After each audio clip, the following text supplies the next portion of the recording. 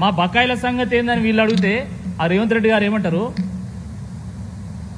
మీరందరు రాండి కూర్చోవాలి, వన్ టైం సెటిల్మెంట్ చేస్తా. ఎవడన్నా ముఖ్యమంత్రి అంటాడు సెటిల్మెంట్ పదం వాడొచ్చా?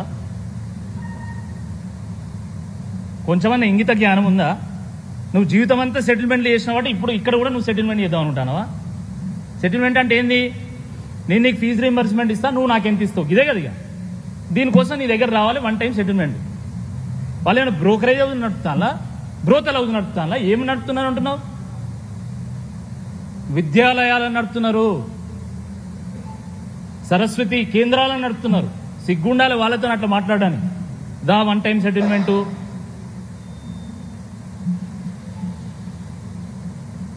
వీళ్ళకు వాటాలు కావాలి. ఈ పంచని మీరు బట్టి విక్రమార్గాన్ని పిలవకండి, వాటాల విక్రమార్గాన్ని పిలవండి, అది కరెక్ట్గా ఉంటుంది. లేదా వాయిదాల విక్రమార్గాన్ని పిలవండి. నేను జరుగుతున్నా చెప్తున్నా, నేనేదో ఆయనను బదనాం చేయాలని కాదు, జరుగుతున్నది వాస్తవం. ఇది మనం చూసినాం ఇటీవల. స్వయంగా కాంట్రాక్టర్లు సెక్రటేరియట్కి వెళ్ళి ఆర్థిక శాఖ మంత్రి ఛాంబర్ ముందు ఈ పర్సంటేజ్లు మేము చెల్లించలేం మహాప్రభు, మమ్మల్ని వదిలేయండి, 20% మీకు ఇస్తే మా పరిస్థితి ఏంది, మాకేం దిక్కుంటుంది అని చెప్పి వేడుకున్నటువంటి పరిస్థితి మనం టీవీలలో చూసినాం. సిగ్గు రావాలి ఇప్పటికైనా, కనీసం తలదించుకోండి మీరు.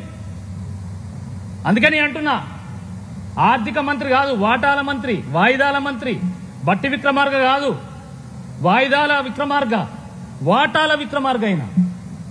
Yes, I'm saying it, definitely we will say it. ఇది ఫ్యాక్ట్ కాబట్టి నేను చెప్తున్నా, ఊరికే మేము ఏం చెప్పాం. రిటైర్మెంట్ వాడు పోతే ఆ రిటైర్మెంట్ బెనిఫిట్ కావాలంటే నా డబ్బులు ఇవ్వాలి, ఫీజు రీంబర్స్మెంట్ కోసం పోతే మాకు డబ్బులు ఇవ్వాలి, కాంట్రాక్టర్ పోతే మాకు డబ్బులు ఇవ్వాలి. అసలు ప్రభుత్వం తెచ్చుకున్నది మీకు డబ్బులు ఇవ్వడానిక, ప్రజలైన డబ్బులు తెచ్చుకోవడానిక? అసలు దేనికోసం తెచ్చుకున్నారు?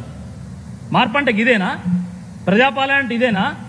ప్రజాపాలన అంటే పర్సంటేజ్ల పాలన, ప్రతీకార పాలన, పైశాచిక పాలన. ప్రభుత్వం ఇప్పటికైనా మొద్దు నిద్ర వీడాలి. మీ ఏం చేసినా చెల్లుతుంది, మీ ఏం చేసినా ఎవడు పట్టించుకోవడానికి ఉంటాను. నిలదీస్తాం, గల్ల బట్టి నిలదీస్తాం చెప్తున్నా. 100% ఇది చేస్తాం.